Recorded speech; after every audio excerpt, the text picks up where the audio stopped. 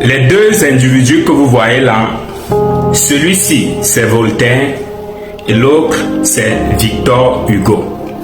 Pourquoi est-ce que je vous parle de ces deux individus-là? Peuple africain, jeunesse africaine, partagez-moi cette vidéo. Je ne sais pas ce que vous faites. Lorsque vous tombez sur une vidéo d'un panafricain, vous devez partager, commenter, republier. C'est très important parce que lorsque vous republiez, ça permet à ceux qui vous suivent de voir cette vidéo. Lorsque je tombe sur les vidéos des panafricains, je republie. C'est comme ça. Donc, partagez-moi cette vidéo et republiez. Voilà. Celui-ci, c'est Voltaire. Ces personnages-là sont considérés en Afrique comme des grands visionnaires, au point où ils ont été imposés dans les systèmes scolaires, les systèmes éducatifs africains.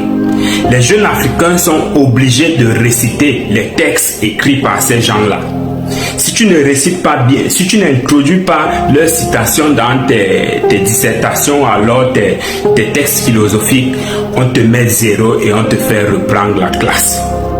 Vraiment, je suis déçu par les gouvernements africains qui ont confié l'éducation de leurs enfants à des gros racistes. Ces deux êtres humains-là étaient des gros racistes. Je vous explique. Voilà ce que Voltaire... Je vais vous faire lire quelque chose, hein, vous allez comprendre. Voilà ce que Voltaire disait des Noirs. Écoutez, leurs yeux ronds, leur nez épaté, leurs lèvres toujours grosses, leurs oreilles différemment figurées, la laine de leur tête, la mesure même de leur intelligence mettent entre eux et les autres espèces d'hommes des différences prodigieuses. Et ce qui démontre qu'ils ne doivent point cette différence à leur climat, c'est que des nègres et des négresses transportés dans les pays les plus froids, ils produisent toujours des animaux de leur espèce. Ce texte a été écrit par Voltaire, les amis. Comment est-il possible que nos dirigeants africains acceptent que ces gens soient des références pour notre système éducatif? Je n'accepte pas ça.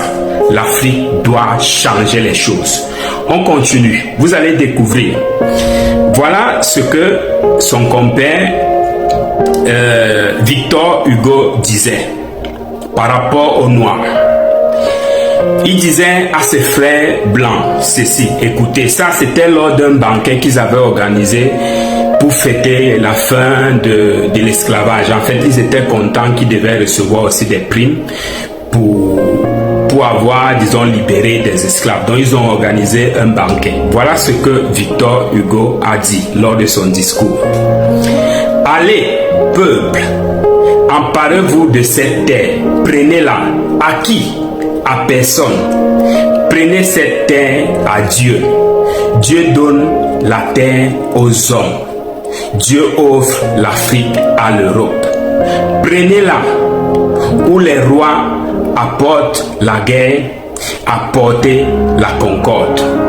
Prenez-la non pour le canon, mais pour la charrue. Non pour le sabre, mais pour le commerce. Non pour la bataille, mais pour l'industrie. Non pour la conquête, mais pour la fraternité. Versez votre trop-plein dans cette Afrique et du même coup, résolvez vos questions sociales. Changez vos prolétaires en propriétaires. Allez, faites des routes, faites des ports, faites des villes, croisez, cultivez, colonisez, multipliez. Ça, c'était la vision de Victor Hugo par rapport aux Noirs. Victor Hugo considérait les Noirs comme des animaux. Voltaire les considérait comme des animaux que même si on les déplaçait de leur environnement chaud, et qu'on les mettait dans un environnement froid, ils produisaient toujours les animaux de leurs espèces.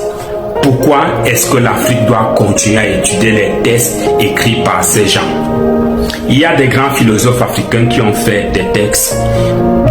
Des dirigeants africains, vous devez imposer ces textes au lieu de faire étudier à vos enfants la philosophie écrite par ces gens. Likez, commentez, partagez cette vidéo. L'Afrique va changer. On se voit une autre fois. Portez-vous bien. Ciao.